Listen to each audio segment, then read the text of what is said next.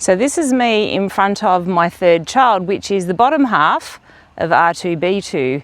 We had a cyclone-y kind of storm here, and yes, we're in Warialda, which is really inland, but we still ended up with a pretty bad, horrific storm. And I mean, it wasn't just a storm. I mean, entire signs, like street signs, were flat on the ground. Like, that's how horrific it was. And entire trees that were 50, 80 years old just snapped in half. It was next level stuff. So that is the bottom half of R2. And you might be wondering, well, why is he R2B2? And you can see the sign. I know I can show you that there, but sorry, I'm not figuring out this selfie stick business. So he's R2B2, and the point of R2B2 is this is the place of wild honey, and so it's a bee-themed town, basically. So we're playing on that, and the idea is to have big tourist features for people to want to come here. So little Warialda. So he will be resurrected, R2B2. He's just in a state of disarray and disrepair. And I'm the one doing it. And thankfully the men's shed have helped me out to fix him up, because he was such a mess after being blown apart in the storm that I just didn't know how to fix him. I was just devastated, and I thought, well, I just don't know how to structurally fix the broken parts, and I was going to throw him out. But the men's shed said no. Tony from the men's shed said, no, Shelley, I can fix him. And he's been doing that over the last few months. So in the footage that you'll see, we've been working on his body parts, and he will be resurrected soon for downtown Warialda. So if you are in Australia, I would highly recommend coming to little tiny Warialda in the middle of pretty much nowhere. So it is northern New South Wales, but somewhere in the middle-ish of northern New South Wales. So come on out to little Warialda and check it out, because we've got some little things here that you'd be very interested to see.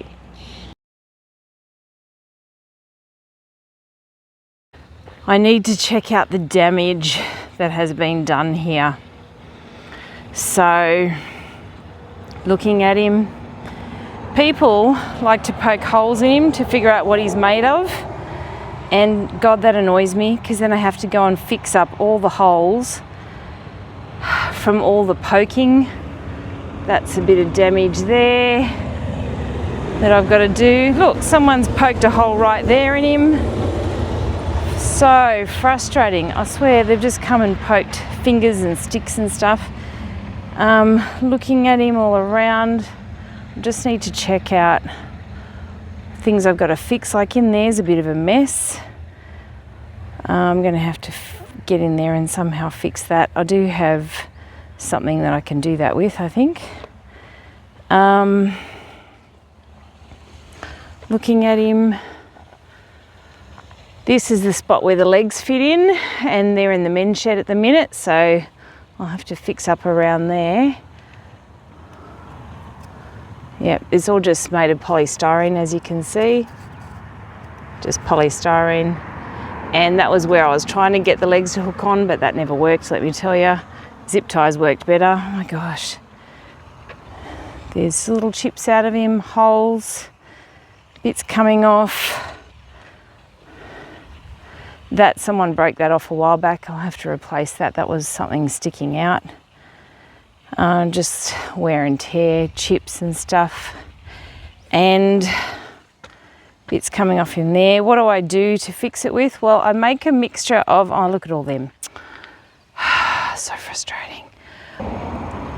So I make up a mix of all of this. Was just physically cement rendered, that's it. Just a single coat of cement render that I attempted to smooth out, but it only smooths out so much. But the mix that I'll make up in order to fix all the holes won't just be render. I make my own mix, and it's a mixture of literally cement, and I put in some lime, just a bit, not much. And I put in some tile adhesive. Sometimes I use Bondcrete, depending on how sticky the cement is or isn't. And glass fibres, and yeah, they're just literally tiny slithers of glass that I sprinkle through it. You don't need much, and that seems to hold a nice little mix that is relatively cheap. So that's what I put on them, but of course things like this happen to it where you see all the holes and it's penetrable. So one day I'm going to have to figure out how to do fiberglass. I just haven't figured that out yet, so I'll do that one day. But I've been scared to come and check out the damage on him, and I've done that today.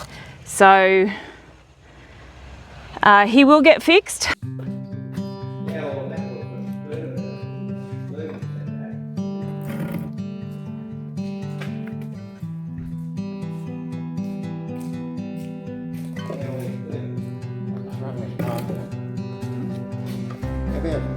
Use a bit of that. A couple of holes in. I'll put 4 holes in. That's the depth of the hole. So if we cut this to the length, and then put some holes in there, so put 4 holes in there.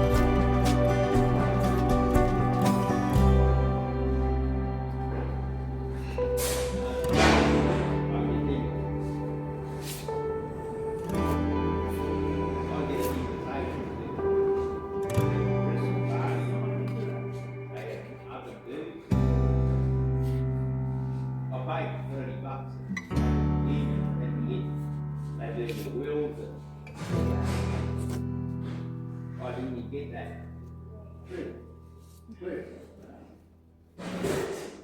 Oh, but you notice all this will come through.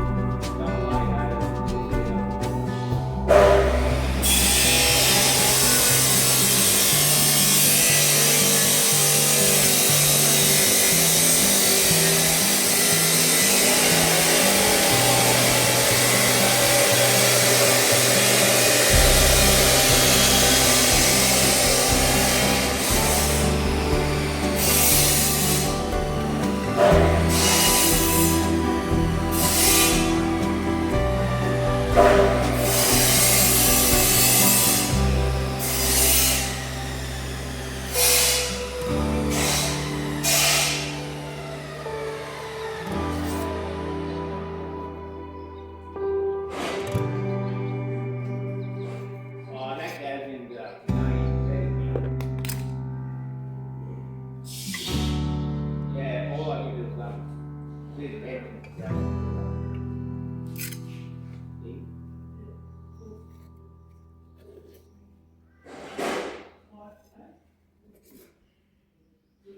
Yeah, okay.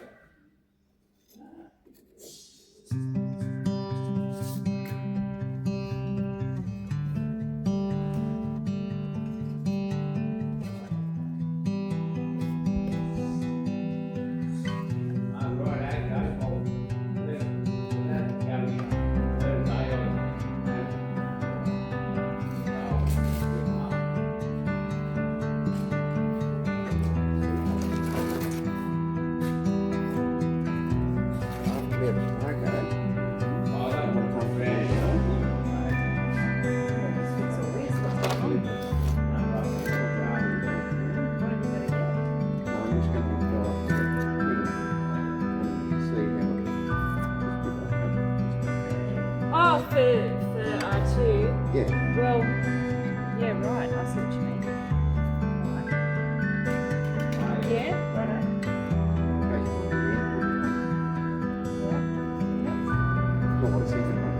Comes down to the side of the plate, really. One's a thing and they're both on the side. They're a bit different in length about where that cookie thing is on the plate. Yeah, they're not the same.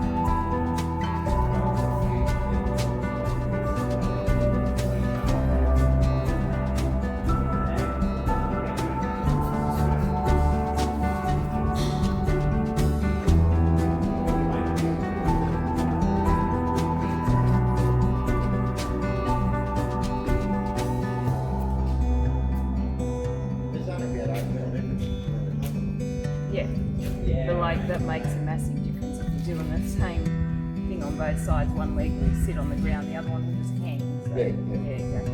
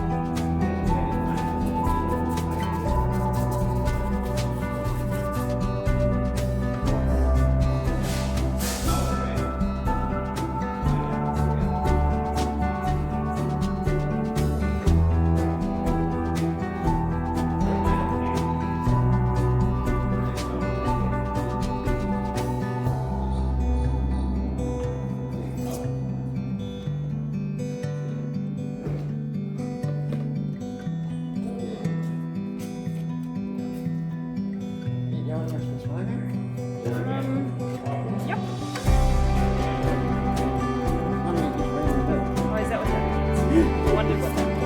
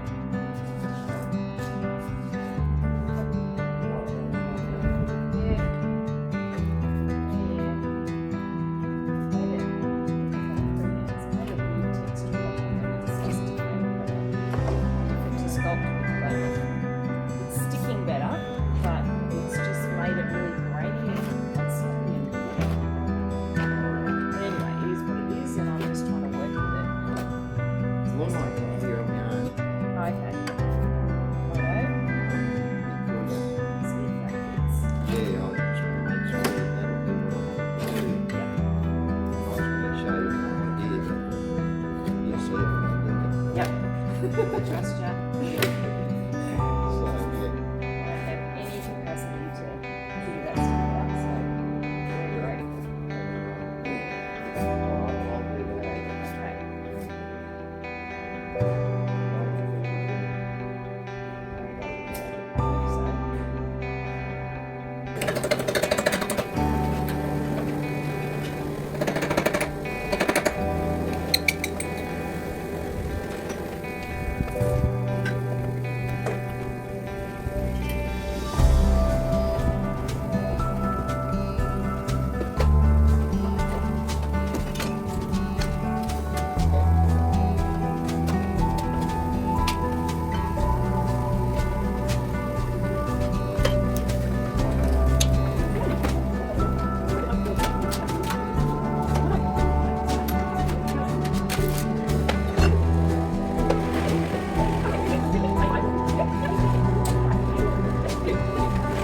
So you might be wondering, why have I done R2B2 for my town? Well, Warrialda is the place of wild honey, and I can't remember whether I've already mentioned that, but Warrialda is the place of wild honey, and so therefore it's a bee-themed town. So that makes sense. And when I got here in 2018, there was, sorry, I'm on the highway here, so it might be loud from time to time, but when I got here in 2018, we kept losing student numbers again and again and again because it was drought. And so we were losing entire families because they couldn't afford to live here anymore because there just wasn't any rain dropping from the sky.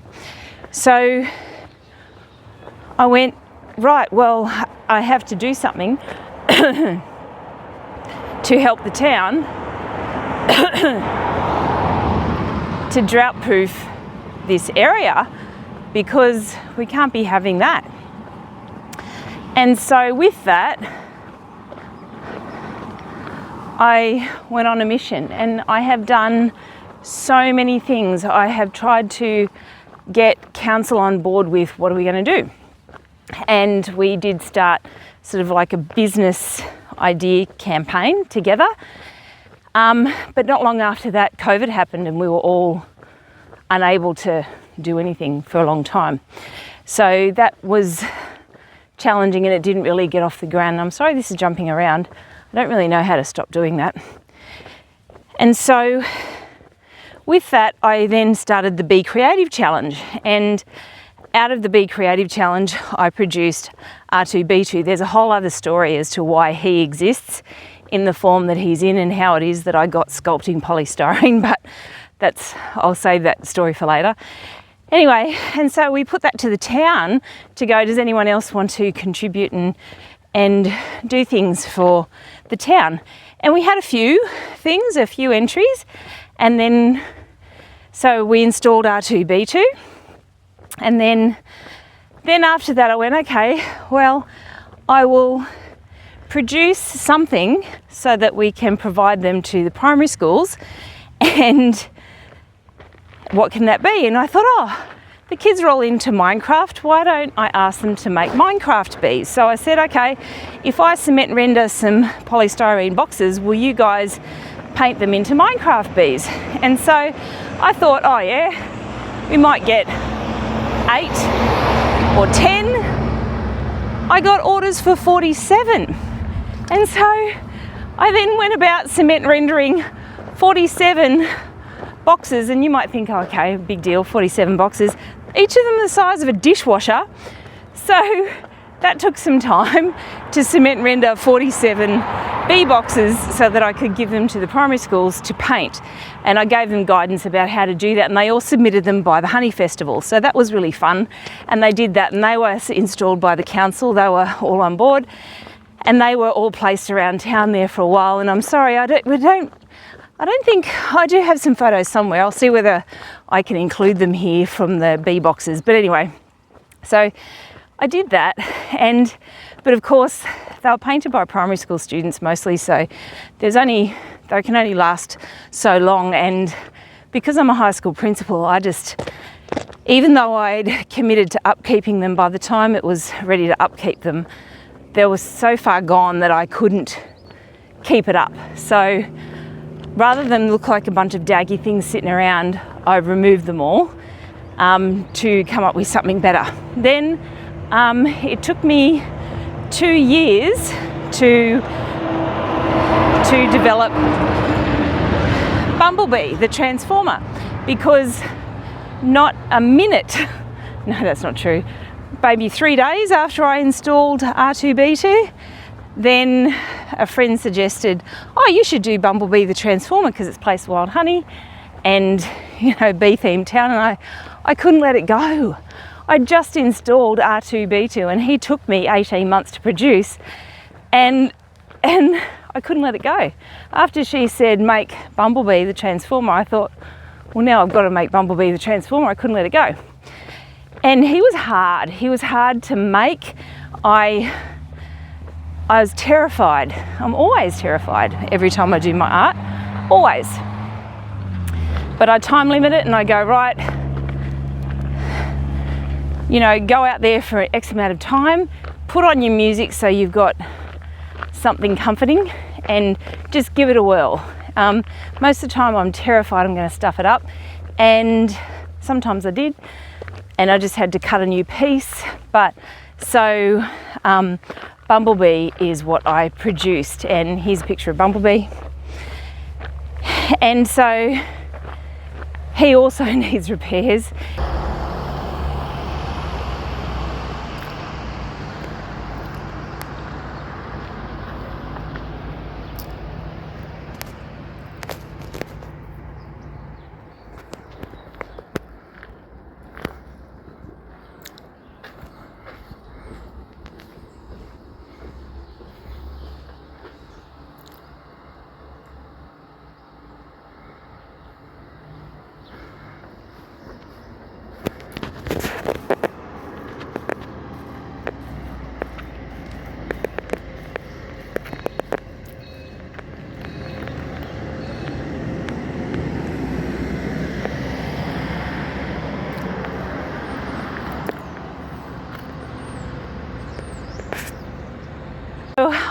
I did try to go to, I worked in with the CWA for a while, and I also worked in with the Chamber of Commerce, and together, you know, we got our ideas together.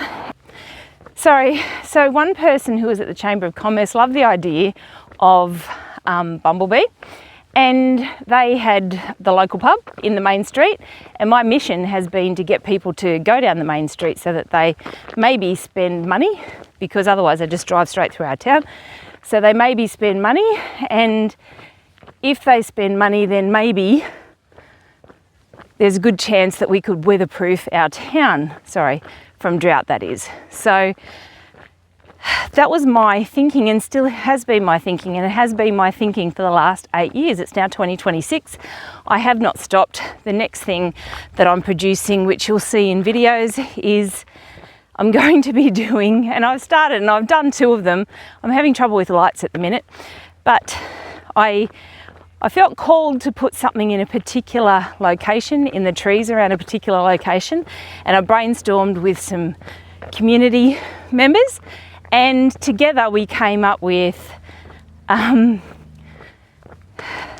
like flying bees that are up in the trees, and they're the size of refrigerators, and the lights go up and down like they're flying at night, just like you have your Christmas light decorations with your reindeers. Well, these are bees in the sky with a bee stripe, you know, and they're flying and they look fantastic.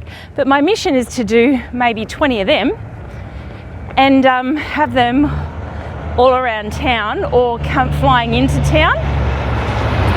So there's the truck. I'm actually walking around the truck bypass here. So my mission is to have them flying in areas of town for people to want to come and see, and maybe wherever they get put, obviously the council will make a decision on that, wherever they get put, then there could be a business there. Like in my mind, if they're like in a park area, then if there's a wood-fired pizza oven, then there's a business there for someone to have and sell wood-fired pizzas on certain nights of the week. And you know, or there's a little draw card for people to go to. The council have already got a outdoor cinema, so maybe they can just manoeuvre where the outdoor cinema goes, and you can have events and stuff, I don't know, at the location where these bees are. I don't know. I kind of like the idea of people driving in the dark through Warrialda and seeing all these bees flying into town, because they're flying home to the place of wild honey, and I love that idea, but I don't know whether you can do that on roads or not. I'll put that to council, and it'll be up to the council to install them.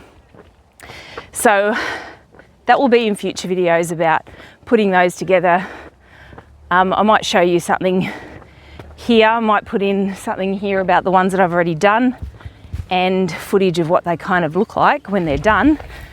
But I'm having trouble with lights at the moment because I've strung the lights up, and on one set of them the upper wings aren't flashing, and on the other set the body's not flashing or even lighting up, and I don't know why. It is a conundrum. I'm a science teacher, but I don't know that level of electrical stuff. Maybe they just need a new rechargeable battery, but then I wouldn't know how to put them in. I wouldn't know how to reseal them back in so they're weather tight. I don't know.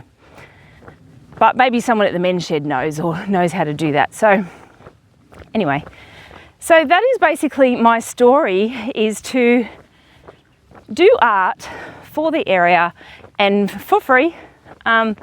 And it's my mission to make little Warrialda in the middle of absolutely nowhere be a thriving mecca like Bangalore out in the middle of freaking nowhere. That's my mission. So if you like the mission, then subscribe, and maybe consider, if you ever come to Australia, or New South Wales for that matter, to come out to Little Warrialda so you can check out the things that we keep adding here. Yeah, I'll always be doing something. I've got big plans for lots of things, and if I say it on here, I'm not sure whether that's a good idea or not, but I'm very good at following through. If I've got an idea, I follow through on it. I don't just think about it and it never happens. So, like, I really like the idea of a gigantic ant-man bursting out of the ground with the wasp. Again, bee themes, the wasp is yellow and black. I've also got Darth Vader underway, and you're thinking, Darth, what's he got to do with bees? But I plan to do two stormtroopers next to him that are yellow and black at least, and then Darth Vader, and it could be linked to the bee theme but Darth Vader standing there like this and pretending to choke someone so that people can take photos in front. I just think that is hilarious, and I realise that I'm not everyone's sense of humour, but I think people might like to take photos in front of Darth choking and being marched off by the stormtroopers with their weapons, pretend weapons that is. So, but the stormtroopers being yellow and black in bee themes, I really like those ideas. So that's my mission, is to do all that. And maybe I'm crazy, but I don't care if people think I'm crazy. One person can make a difference. One person can make a difference. One person can save a town. And it doesn't matter whether you've got support from anyone. You can do it. Sorry, that's getting really wobbly. If you have ideas, get on it. Do it. If you've got ideas, what is stopping you? Seriously, what is stopping you? When I had an idea to do R2, we'd bought polystyrene at school, couldn't use it for a whole bunch of reasons, which I'll explain later.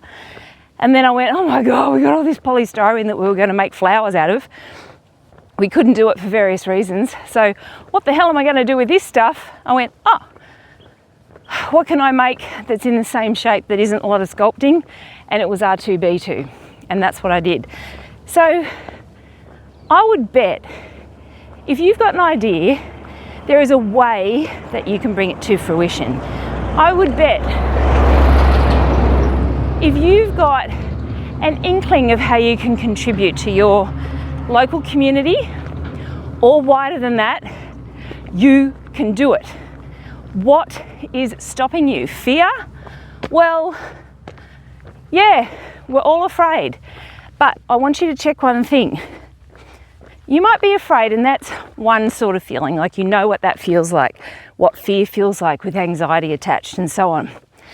But stop and think about your idea for a minute. And we're going to stop. I'm going to do this here. Have a think about your idea. Take a deep breath in. And a real heavy sigh out, just like that, like you've run away from a tiger. And ask yourself about that idea. Think about that idea. And in here, in this part of your body, what do you feel? Does it feel expansive when you think about it, or does it feel contractive? If it feels expansive, that's a yes signal in your body to go for it. Doesn't matter whether there's fear there. Use that expansion contraction method in guiding you, because that will help you inform your choices and decisions. If you get expansion, that's good. If you get contraction, that's no. You can have expansion as well as fear. And here's another method. If expansion doesn't work for you, here's the other method. Stand still. And I'm going to do this here. I'll turn around. Stand still and take a deep breath in. Heavy sigh out.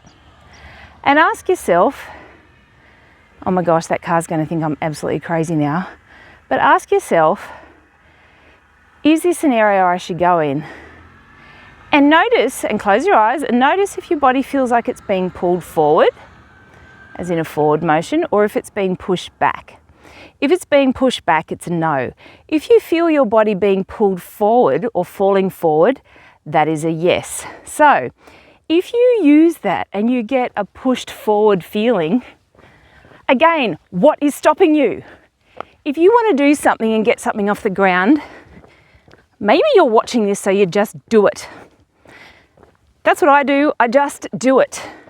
And where do I get my oomph from? Well, I think the oomph creates its own oomph. Sometimes I do it as an escape for myself because I'm really busy. I'm a workaholic. I work too many hours in my job. And it's kind of like this creative escape for me in a way. But no one has to judge me for it because it's stuff I donate to the town. Like no one's going to buy it. So maybe it's just a creative outlet. I don't know. And it gives me a different focus and I feel like I'm contributing. And here's my question. Do you feel like you're contributing? And in ways that you want to contribute? And if not, how can you? How can you, using your values and the things that you're into, and there's always a way. It's always right there for you to reach and touch. It doesn't matter what it is. Ask yourself, how can I take a step forward? How can I do the difficult thing? How can I work towards this slowly? And just start. You don't have to share it with anyone. If you don't have anyone to share it with me, for God's sake, please. Share it with me, share it here.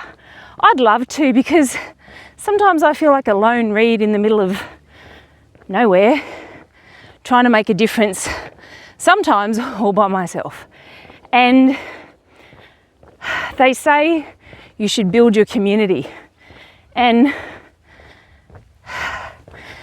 whilst I'm connected to my community, this is how I think, and I'm not sure everybody does.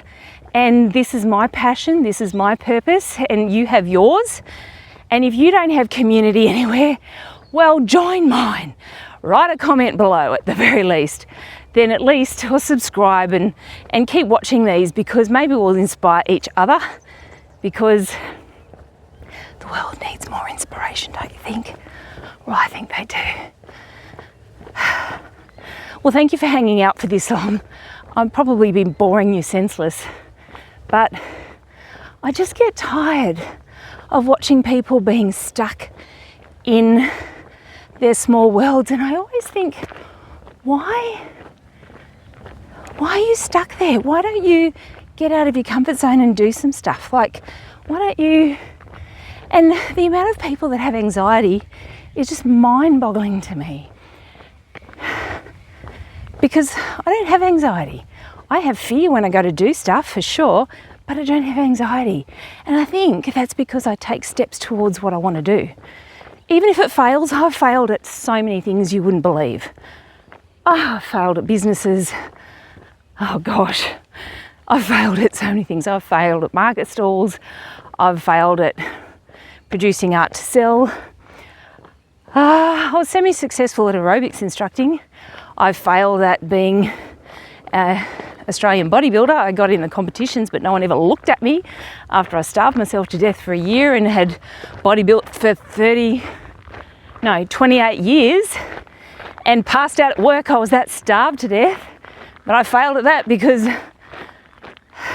the judges didn't even look at me, even though I was more muscly than anybody else on stage. But that's not the point. I failed at heaps of things, but I do it. And what's the point of living if you're not doing what you're here to do?